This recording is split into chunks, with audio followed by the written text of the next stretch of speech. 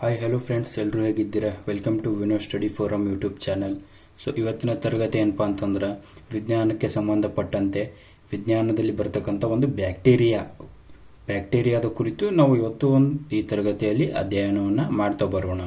So ಈ ಬ್ಯಾಕ್ಟೀರಿಯಾಗಳನ್ನು ಮೊನಿರಾ ಸಾಮ್ರಾಜ್ಯದಡಿಯಲ್ಲಿ ಅಧ್ಯಯನವನ್ನು ಮಾಡ್ತಾರ ಅಂತಕ್ಕಂಥದ್ದು ನೋಡ್ತೀವಿ. ಮೊನಿರಾ ಸಾಮ್ರಾಜ್ಯದ ಅಡಿಯಲ್ಲಿ ಬ್ಯಾಕ್ಟೀರಿಯಾಗಳು ಪ್ರೊಕ್ಯಾರಿಯೋಟ್ ರೀತಿಯ ಕೋಶ ಕೇಂದ್ರವನ್ನು ಹೊಂದಿರುವ ಒಂದು ಜೀವಿಗಳಾಗಿವೆ ಅಂತಕ್ಕಂಥದ್ದು ನೋಡ್ತೀವಿ. ಈ ಪ್ರೊಕ್ಯಾರಿಯೋಟ್ ಜೀವಿ ಅಂದರೆ ಪ್ರೊಕ್ಯಾರಿಯೋಟ್ ರೀತಿಯ ಒಂದು ಜೀವ ಕೇಂದ್ರವನ್ನು ಹೊಂದಿರ್ತವ ಯಾವಪ್ಪ ಅಂತಂದ್ರೆ ಈ ಬ್ಯಾಕ್ಟೀರಿಯಾಗಳು ಅಂತ ನೋಡ್ತೀವಿ. ಸೊ ಬ್ಯಾಕ್ಟೀರಿಯಾಗಳ ಗಾತ್ರ 0.2 ನಿಂದ 1.0 ಮೈಕ್ರಾನ್ಗಳಷ್ಟು ಇರ್ತದ ಅಂತಕ್ಕಂಥದ್ದು ನಾವು ಕಾಣ್ತೀವಿ. ಇದರ ದೇಹವು ಕೋಶ ಭಿತ್ತಿ ಹಾಗೂ ಜೀವಕೋಶಗಳ ಪೊರೆ ಎಂಬ ಎರಡು ಹೊದಿಕೆಗಳಿಂದ ಕೂಡಿರ್ತದ. ಈ ಬ್ಯಾಕ್ಟೀರಿಯಾದ ದೇಹ ಏನಿರ್ತದಲ್ಲ, ಇದು ಕೋಶ ಭಿತ್ತಿ ಹಾಗೂ ಕೋಶ ಪೊರೆ ಎಂಬ ಎರಡು ಹೊದಿಕೆಗಳಿಂದ ಕೂಡಿರ್ತದ ಅಂತಕ್ಕಂಥದ್ದು ನೋಡ್ತೀವಿ. ರೋಗಕಾರಕ ಬ್ಯಾಕ್ಟೀರಿಯಾಗಳಿರುವ ಹೊದಿಕೆಗೆ ಕ್ಯಾಪ್ಸುಲ್ ಎಂದು ಕರೀತಾರ ಅಂತಕ್ಕಂಥದ್ದು ನೋಡ್ತೀವಿ. ಅಂದ್ರೆ ರೋಗಕಾರಕ ಬ್ಯಾಕ್ಟೀರಿಯಾಗಳಿರುವಂತ ಒಂದು ಹೊದಿಕೆಗಳನ್ನೇ ಅಥವಾ ಹೊದಿಕೆಗೆ ನಾವು ಏನಂತ ಕರಿತೀವಿ ಅಂದ್ರೆ ಕ್ಯಾಪ್ಸುಲ್ ಅಂತಕ್ಕಂಥ ಒಂದು ಹೆಸರಿನಿಂದ ಈ ಇದು ಬ್ಯಾಕ್ಟೀರಿಯಾಗಳನ್ನು ಗುರುತಿಸ್ತಾ ಬರ್ತೀವಿ. ಕೋಶ ಭಿತ್ತಿಯ ಒಳಗಿರುವ ಪೊರೆಯು ಕೋಶ ದ್ರವ್ಯ ಹಾಗೂ ಕೋಶ ಕೇಂದ್ರವನ್ನು ಆವರಿಸಿಕೊಂಡಿರ್ತದ ಅಂತಕ್ಕಂಥದ್ದು ನೋಡ್ತೀವಿ. ಸೊ ಬ್ಯಾಕ್ಟೀರಿಯಾಗಳು ರೈಬೋಸೋಮ್ಗಳನ್ನ ಹೊಂದಿರ್ತವ. ಕೋಶದ ಅನುವಂಶೀಯ ವಸ್ತುವಾದ DNA ದುಂಡಾಕಾರವಾಗಿದ್ದು ಅದು ಕೋಶ ಕೇಂದ್ರವನ್ನು ಪ್ರತಿನಿಧಿಸುತ್ತಾ ಬರ್ತದ. ಬ್ಯಾಕ್ಟೀರಿಯಾಗಳು ಕಶಾಂಗಗಳ ಸಹಾಯದಿಂದ ಚಲಿಸ್ತವೆ. ಬ್ಯಾಕ್ಟೀರಿಯಾಗಳು ಪರಿಸರದಲ್ಲಿರುವ ಪದಾರ್ಥಗಳಿಂದ ಶಕ್ತಿಯನ್ನು ಪಡೆದುಕೊಂಡು ಬರ್ತವ ಅಂತಕ್ಕಂಥ ನೋಡ್ತೀವಿ. ಸಾವಯವ ಪದಾರ್ಥಗಳನ್ನು ತಾವೇ ಸಂಶ್ಲೇಷಿಸುವುದನ್ನು ಸ್ವಘೋಷಿತ ಬ್ಯಾಕ್ಟೀರಿಯಾಗಳು ಎನ್ನುತ್ತಾರೆ ಅಂತಕ್ಕಂಥದ್ದು ನೋಡ್ತೀವಿ. ಬ್ಯಾಕ್ಟೀರಿಯಾಗಳಲ್ಲಿ ವಿದಳನ ಕ್ರಿಯೆ ಮೂಲಕ ಸಂತಾನೋತ್ಪತ್ತಿ ನಡೆಯುತ್ತದೆ. ಒಂದು ಬ್ಯಾಕ್ಟೀರಿಯಾ ಸುಮಾರು 20 ನಿಮಿಷಗಳಲ್ಲಿ 2 ಮರಿಜೀವಕೋಶಗಳಾಗಿ ವಿಭಜನೆಯನ್ನು ಹೊಂದ್ತದ. ಅಂದರೆ ಒಂದು ಬ್ಯಾಕ್ಟೀರಿಯಾವನ್ನು ಏನಾದರೂ ನಾವು ಕಟ್ ಮಾಡಿದ್ರೆ ಅದು ಸುಮಾರು 20 ನಿಮಿಷಗಳಲ್ಲಿ 2 ಮರಿಜೀವಕೋಶಗಳಾಗಿ ವಿಭಜನೆಯನ್ನ ಗೊಳ್ತದ ಅಂತಕ್ಕಂಥದ್ದು ನಾವು ಕಾಣ್ತಾ ಬರ್ತೀವಿ. ಸೊ ಇದು ಏನು ಡೈಗ್ರಾಮ್ ಇದೆಯಲ್ಲ, ಇದು ಅಂದ್ರೆ ಬ್ಯಾಕ್ಟೀರಿಯಾದಲ್ಲಿರುವ ಒಂದು ಜೀವಕೋಶದ ರಚನೆಯನ್ನು ನಾವು ನೋಡ್ತಾ ಬರ್ತೀವಿ.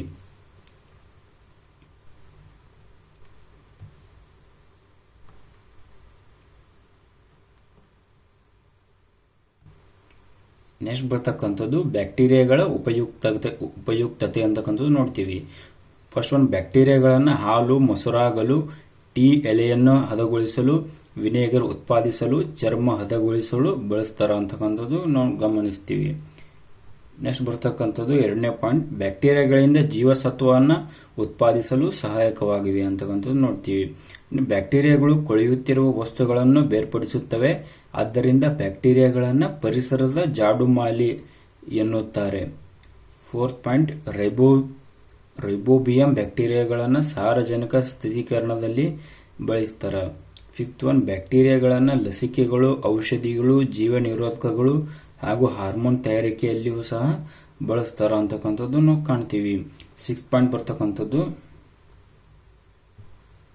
ಇನ್ಸುಲಿನ್ ಉತ್ಪಾದನೆಯಲ್ಲಿ ಬಳಸುವ ಬ್ಯಾಕ್ಟೀರಿಯಾ ಯಾವುದಪ್ಪ ಅಂತಂದ್ರೆ ಎಕೋಲೆ ಅಂತಕ್ಕಂಥದ್ದು ನೋಡ್ತೀವಿ. ಬ್ಯಾಕ್ಟೀರಿಯಾವನ್ನು ಜೈವಿಕ ತಂತ್ರಜ್ಞಾನದ ಅಭಿವೃದ್ಧಿಯಲ್ಲಿ ಬಳಸ್ತಾ ಬರ್ತಾರ. ಬ್ಯಾಕ್ಟೀರಿಯಾಗಳನ್ನು ಪರಿಸರ ಮಾಲಿನ್ಯ ನಿಯಂತ್ರಣದಲ್ಲಿಯೂ ಸಹ ಬಳಸ್ತಾ ಬರ್ತಾರ.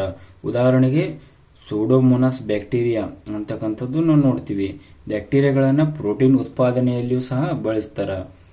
ಇನ್ನು 10ನೇ ಪಾಯಿಂಟ್ಸ್ ಕಡೆ ನೋಡೋದಾದರೆ ಅಗಾರ, ಬ್ಯಾಕ್ಟೀರಿಯಾ ಬಳಸುವ ಮಾಧ್ಯಮ ಇದನ್ನು ಪ್ರಯೋಗಶಾಲೆಗಳಲ್ಲಿ ಬಳಸ್ತಾರ ಅಂತಕ್ಕಂಥ ನೋಡ್ತೀವಿ.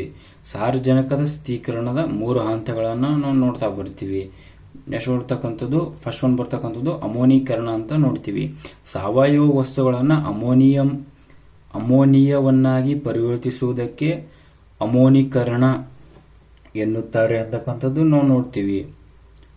ಇದಕ್ಕೆ ಸಹಾಯ ಮಾಡುವ ಬ್ಯಾಕ್ಟೀರಿಯಾ ಯಾವುದಪ್ಪ ಅಂತಂದ್ರೆ ಅಮೋನಿಫೈಂಗ್ ಬ್ಯಾಕ್ಟೀರಿಯಾ ಅಂತಕ್ಕಂಥದ್ದು ನೋಡ್ತೀವಿ. ನೆಕ್ಸ್ಟ್ ಬರ್ತಕ್ಕಂಥದ್ದು ನೈಟ್ರೀಕರಣ.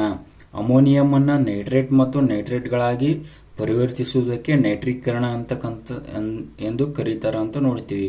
ಇದಕ್ಕೆ ಸಹಾಯ ಮಾಡುವ ಬ್ಯಾಕ್ಟೀರಿಯಾ ಯಾವುದಪ್ಪ ಅಂತಂದ್ರೆ ನೈಟ್ರೋಬ್ಯಾಕ್ಟೀರಿಯಾ ಅಥವಾ ನೈಟ್ರಿಫಿಂಗ್ ಬ್ಯಾಕ್ಟೀರಿಯಾ ಅಂತಕ್ಕಂಥದ್ದು ನಾವು ಗಮನಿಸ್ತೀವಿ.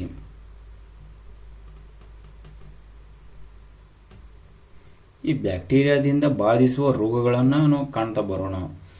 ಫಸ್ಟ್ ಒಂದು ಬರ್ತಕ್ಕಂಥದ್ದು ಧನುರ್ವಾಯು ರೋಗ ಅಂತಕ್ಕಂಥ ನೋಡ್ತೀವಿ. ಈ ಧನುರ್ವಾಯು ರೋಗಕಾರಕ ಬ್ಯಾಕ್ಟೀರಿಯಾ ಯಾವಪ್ಪ ಅಂತಂದ್ರೆ ಕ್ಲಾಸ್ಟ್ರಿಡಿಯಂ ಟೆಟೇನಿ ಅಂತಕ್ಕಂಥದ್ದು ನೋಡ್ತೀವಿ. ಇದ್ರದ್ದು ಮಾಧ್ಯಮ ಅಂದ್ರೆ ಯಾವುದರ ಮುಖಾಂತರ ಹರಡ್ತದಪ್ಪ ಅಂತಂದ್ರೆ ಈ ಧನುರ್ವಾಯು ಏನಿದೆಯಲ್ಲ ಇದು ಸಗಣಿ, ಗಾಳಿ ಮತ್ತು ಮಣ್ಣಿನ ಮುಖಾಂತರ ಹರಡ್ತದ ಅಂತಕ್ಕಂಥದ್ದು ನೋಡ್ತೀವಿ. ಇದ್ರದ್ದು ಪರಿಣಾಮ ಏನಪ್ಪಾ ಅಂತಂದ್ರೆ ಸ್ನಾಯು ಶರೀರ ಬಾಗುತ್ತಾ ಬರ್ತದ. ನೆಕ್ಸ್ಟ್ ಬರ್ತಕ್ಕಂಥದ್ದು ಕ್ಷಯ ರೋಗ. ಈ ಕ್ಷಯ ರೋಗಕ್ಕೆ ಬರತಕ್ಕಂಥ ಬ್ಯಾಕ್ಟೀರಿಯಾ ಯಾವಪ್ಪ ಅಂತಂದ್ರೆ ಮೈಕ್ರೋಬ್ಯಾಕ್ಟೀರಿಯಂ ಟ್ಯೂಬರ್ಕ್ಯುಲೋಸಿಸ್ ಅಂತಕ್ಕಂಥದ್ದು ಬ್ಯಾಕ್ಟೀರಿಯಾದಿಂದ ಬರ್ತದ. ಇದು ಯಾವ ಮಾಧ್ಯಮದ ಮೂಲಕ ಹರಡ್ತದಪ್ಪ ಅಂತಂದ್ರೆ ಗಾಳಿಯ ಮಾಧ್ಯಮದ ಮೂಲಕ ಹರಡ್ತದ. ಶ್ವಾಸಕೋಶಗಳ ಮೂಳೆ ಇದ್ರದ್ದು ಪರಿಣಾಮದಿಂದಾಗಿ ಶ್ವಾಸಕೋಶ, ಮೂಳೆ ಮುಂತಾದವುಗಳ ಮೇಲೆ ಪರಿಣಾಮ ಬೀರ್ತದ. ನೆಕ್ಸ್ಟ್ ಬರ್ತಕ್ಕಂಥದ್ದು ಕಾಲರಾ. ಇದು ಕಾಲರಾ ಏನಿದೆಯಲ್ಲ ಎಬ್ರಿಯೋ ಕಾಲರೆ ಅಂತಕ್ಕಂಥ ಒಂದು ಬ್ಯಾಕ್ಟೀರಿಯಾದಿಂದ ಬರ್ತದ. ಇದು ಕಲುಷಿತ ನೀರು ಮತ್ತು ಆಹಾರದ ಮಾಧ್ಯಮದ ಮೂಲಕ ಜನರಿಗೆ ಅಂದ್ರೆ ಮಾನವನಿಗೆ ಹರಡ್ತದ ಅಂತಕ್ಕಂಥ ನೋಡ್ತೀವಿ. ಇದ್ರ ಪರಿಣಾಮಪ್ಪ ಅಂತಂದ್ರೆ ಕರಳಿನ ಮೇಲೆ ಒಂದು ತುಂಬಾ ಎಫೆಕ್ಟಿವ್ ಆದ ಪರಿಣಾಮವನ್ನು ಬೀರ್ತದ. ವಿಷಮಶ್ವಿತ ಜ್ವರ ಅಂತ ನೋಡ್ತೀವಿ. ಸಾಲ್ಮೋನೆಲ್ಲಾ ಟೈಪಿ ಇಂದ ಒಂದು ಬರ್ತದ. ಇದ್ರದ್ದು ಯಾವ್ದ ಮೂಲಕಪ್ಪ ಅಂತಂದ್ರೆ ಆಹಾರ ಮತ್ತು ನೀರಿನ ಮೂಲಕ ಕಂಡು ಬರ್ತದ. ಇದು ಕರುಳು, ರಕ್ತ, ಪಿತ್ತಕೋಶಗಳ ಮೇಲೆ ಪರಿಣಾಮವನ್ನ ಬೀರ್ತದ. ನೆಕ್ಸ್ಟ್ ಬರ್ತಕ್ಕಂಥದ್ದು ಕುಷ್ಠರೋಗ. ಇದು ಬ್ಯಾಕ್ಟೀರಿಯಲ್ಲಂ ಲೆಂಪ್ರೆಯಿಂದ ಒಂದು ರೋಗಗಳಿಂದ ಬರ್ತದ. ಇದ್ರದ್ದು ಯಾವ ಮೂಲಕ ಹರಡ್ತದಪ್ಪ ಅಂತಂದ್ರೆ ಮಾನವನಿಗೆ ಗಾಳಿಯ ಮೂಲಕ ಹರಡ್ತದ. ಇದು ಚರ್ಮ, ಮೂಳೆ, ನರವ್ಯೂಹದ ಮೇಲೆ ಪರಿಣಾಮವನ್ನು ಬೀರ್ತದೆ. ನೆಕ್ಸ್ಟ್ ಬರ್ತಕ್ಕಂಥದ್ದು ಪ್ಲೇಗ್. ಎರಿನ್ಸಿಯಾ ಫೆನಿಸ್ ಇಟ್ಲಿ. ಇದು ಯಾವುದ್ರ ಮೂಲಕ ಹರಡ್ತದಪ್ಪ ಅಂದ್ರೆ ಇಲಿಯ ಮೂಲಕ ಹರಡ್ತದ. ಇದು ರಕ್ತ ಮತ್ತು ಶ್ವಾಸಕೋಶಗಳ ಮೇಲೆ ಒಂದು ಪರಿಣಾಮಕಾರಿಯಾದ ಒಂದು ಪರಿಣಾಮವನ್ನು ಬೀರ್ತದ. ನೆಕ್ಸ್ಟ್ ಬರ್ತಕ್ಕಂಥದ್ದು ನರ ಡಿಜ್ಜರ್ ಅಂತಕ್ಕಂಥದ್ದು ನೋಡ್ತೀವಿ.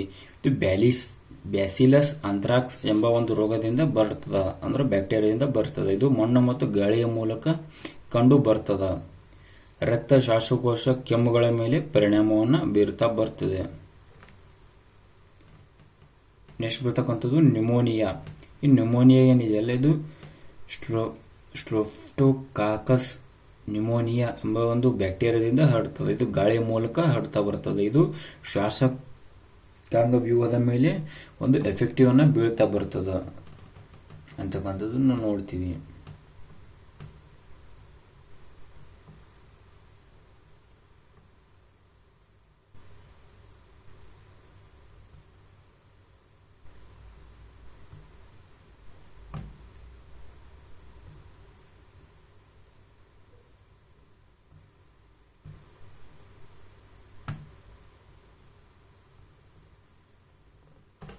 ನೆಕ್ಸ್ಟ್ ಬರ್ತಕ್ಕಂಥ ರೋಗ ಯಾವುದಪ್ಪ ಅಂತಂದ್ರೆ ಡಿಫ್ಟೀರಿಯಾ. ಇದು ಕಾರಿನಾ ಎಂಬ ಬ್ಯಾಕ್ಟೀರಿಯಾದಿಂದ ಗಾಳಿಯ ಮೂಲಕ ಹರಡ್ತದ. ಇದ್ರದ್ದು ಪರಿಣಾಮ ಏನಪ್ಪಾ ಅಂತಂದ್ರೆ